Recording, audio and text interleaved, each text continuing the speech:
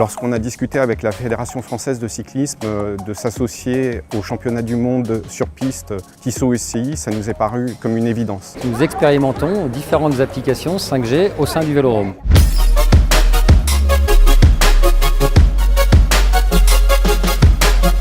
Ici, on voit deux choses.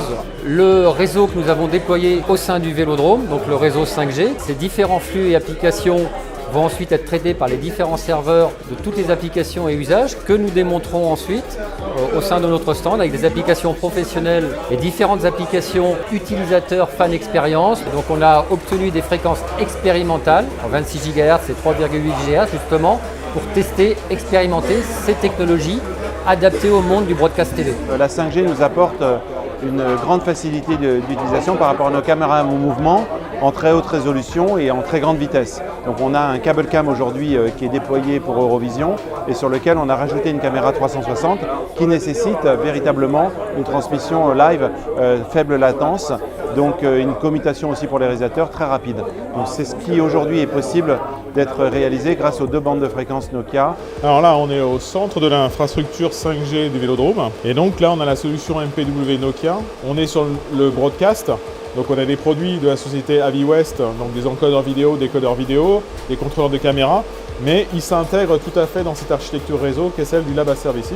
Nokia a rassemblé tous ces partenaires que nous sommes et a permis véritablement à tous les ingénieurs de s'accorder sur le même langage. Ce que permet de faire Vogo, c'est d'avoir un nombre de flux multiplié avec la 5G privée, ce qui permet par exemple à un coach ou un arbitre de revoir une action en décéléré et ainsi de décider qui a été la cause d'une chute. Donc la 5G privée apporte un professionnalisme que la 4G avec le manque de latence et le manque de débit n'apportait pas.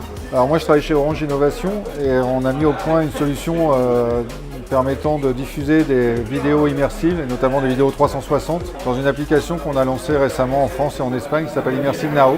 Et donc on est venu présenter cette solution à travers notamment cette caméra 360 qui permet de diffuser de la 8K à très haut débit. Et là en particulier, on a fait de la 5G millimétrique. Donc je pense que même c'est une première mondiale. Voilà, la prouesse technologique aujourd'hui, en utilisant cette technologie de WebRTC, c'est d'allier à la fois le 360 avec l'interactivité et à distance, on va pouvoir suivre exactement ce que l'on est en train de vivre aujourd'hui. Et si je fais un peu de mouvement, on voit qu'il n'y a aucun décalage. Grâce aujourd'hui à cette 5G qui est propriétaire, on peut avoir l'assurance d'avoir une très très belle image et d'avoir ce dispositif qui fonctionne correctement. Grâce à la 5G privée, l'appareil photo qui est utilisé est directement relié à un smartphone qui fait office de modem, lui-même connecté à la 5G privée. Via cette connexion, les photos partent instantanément et arrivent quasi immédiatement sur le serveur de l'agence de presse ou de la fédération pour être utilisées là aussi instantanément au profit du public. Et nous présentons l'application SupraLive, une application smartphone qui permet aux spectateurs d'un événement live de vivre une expérience sonore, immersive, augmentée. Et donc de les projeter au cœur de l'émotion de l'événement. L'application adresse les fans, mais pas seulement, c'est aussi une alternative d'accessibilité pour les malvoyants et pour les malentendants.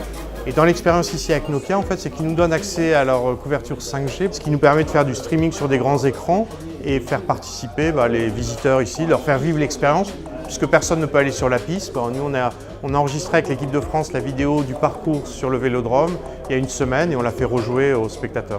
Donc le passage à la 5G va nous permettre de créer des bulles privées qui seront sécurisées et qui permettront surtout une facilité d'installation avec moins de câblage, moins de personnel. Et donc ça, je pense qu'aujourd'hui, c'est la seule technologie qui est capable de pouvoir couvrir des gros événements de ce type-là. Et nous espérons, avec Paris 2024, pouvoir déployer nos solutions. L'année prochaine, il y a aussi la Coupe du Monde de rugby. Ça peut être aussi une opportunité pour déployer et développer ce type de solution. Nous souhaitons qu'avec cette nouvelle expérience autour de la 5G, le cyclisme sur piste s'ouvre à un public plus large.